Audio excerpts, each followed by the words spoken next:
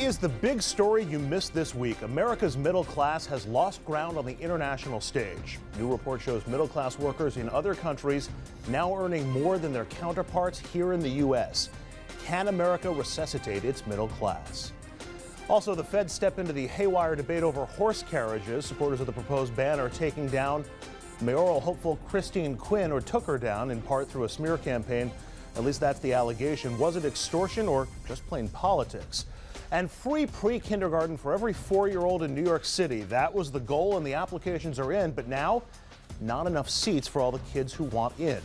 Can Mayor Bill de Blasio deliver on his biggest campaign promise? Good evening and welcome to RFL. I'm Andrew Whitman, in once again for Richard French. Thanks for joining us on this Friday evening, April 25th. We begin tonight with the most important headline from the week you might have missed. It speaks to income inequality and fairness and the feeling that the middle class has been falling behind, because it has been.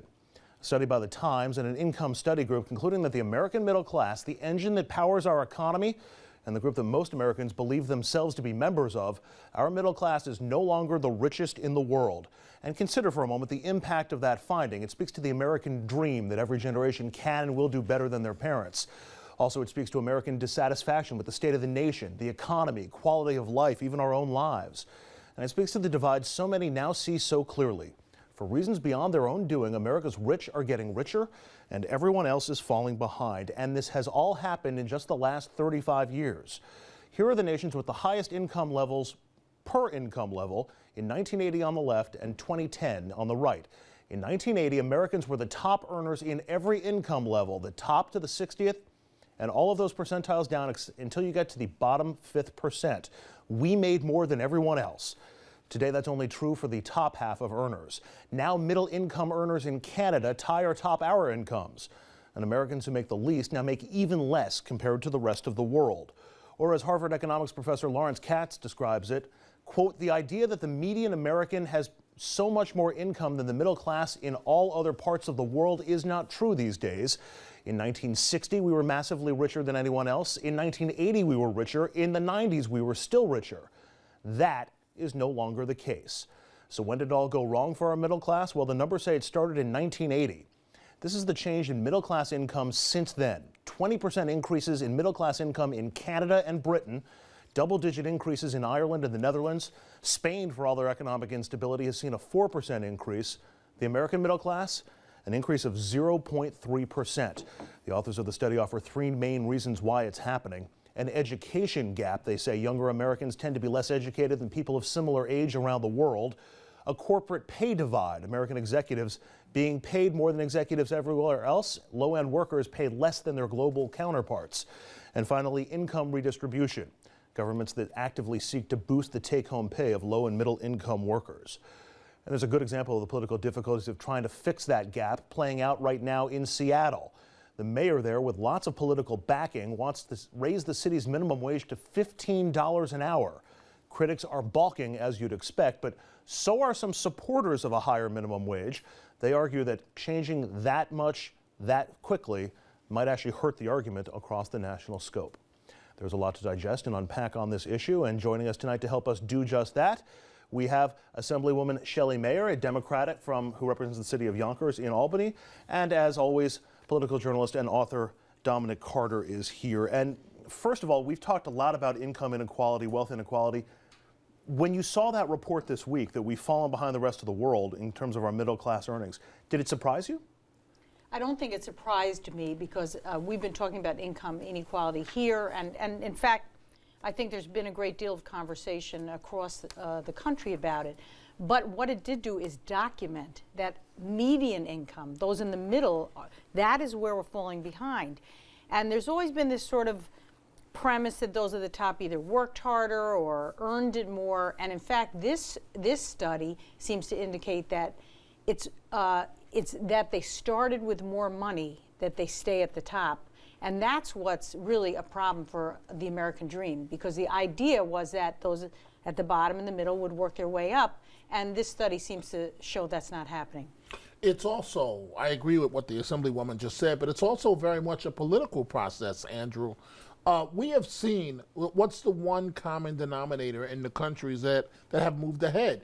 There is a deliberate political process to make sure that the middle class is protected. It seems like that used to be the case here in America, and perhaps from our political leaders, Democrats, Republicans, is no longer the top priority. But you know what? These trends have been developing for a long time. And I go back to Japan. I know it's not on the list, but I remember when traveling to Japan and to Tokyo and Osaka. And one of the things that we did was we were traveling with the New York City mayor at the time, and we met with a super business group, technology for the most part. It's their top people. And then we also went to one of the schools, and at the time they were having class on Saturday, and that was in Osaka. And so to look at these school kids in class on a Saturday and meet with this top business group, you knew right then and there that America was in trouble.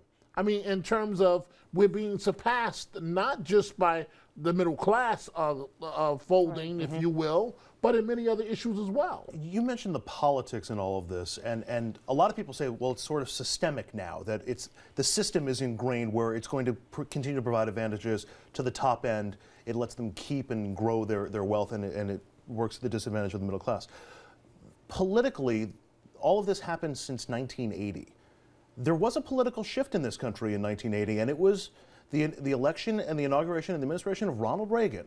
And ever since Ronald Reagan's administration, we've had more of an embrace of the trickle-down economic theory. We heard it even as recently as in the 2012 elections with the job creators who should see the benefits.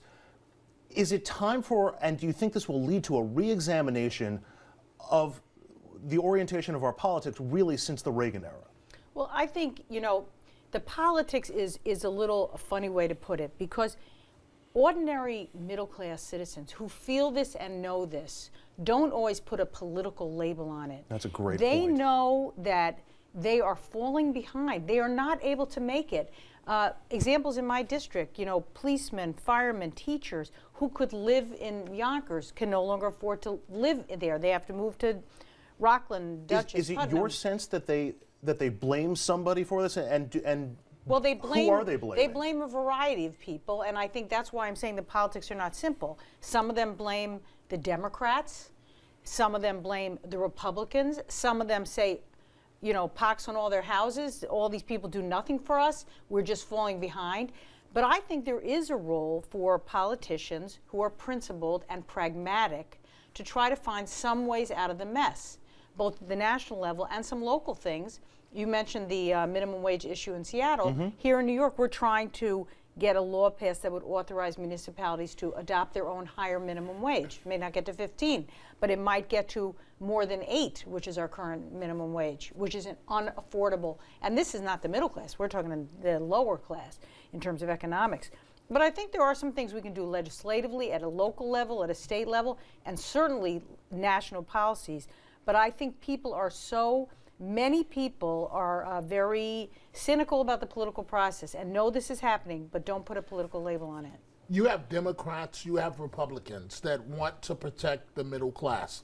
But you mentioned your premise was going back to 1980, President Reagan, trickle-down economics.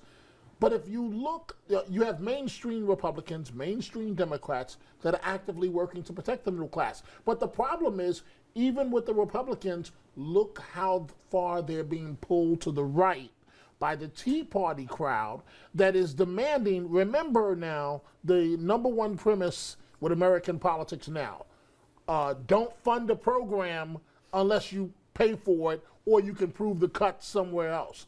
Under that type of scenario, that's not good news for the middle class. And if you take them, look at one program for people that had jobs and lose their jobs. The unemployment timing out, right, and no extension of the program. Yeah. That's a perfect example. Well, that's a very good example, though. It's a specific example. People who have depended on a modest supplement to their income, which is unemployment insurance, all of a sudden don't have it. They were a middle-class family before because they had a job that generally put them in that median box, and now they fall off the chart. But the other thing that this report indicated was, 1, the educational shortcomings here, and 3, the lack of government supports altogether, particularly I always note for working women, in many of these countries, they provide funds for women or whoever the caretaker is to be home and get some pay for a limited period of time before they go back to work.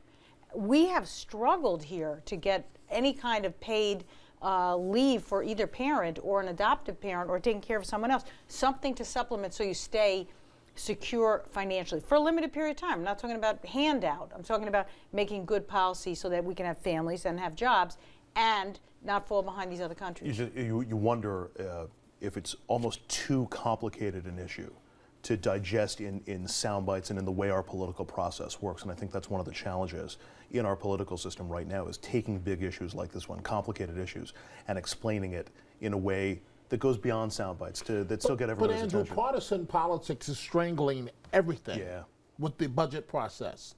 You know, neither party can get along with each other, and the American people are suffering. So maybe the American people can provide us some assistance on what comes next in all this. We want you to head to Facebook, we want you to head to Twitter and sound off on today's question.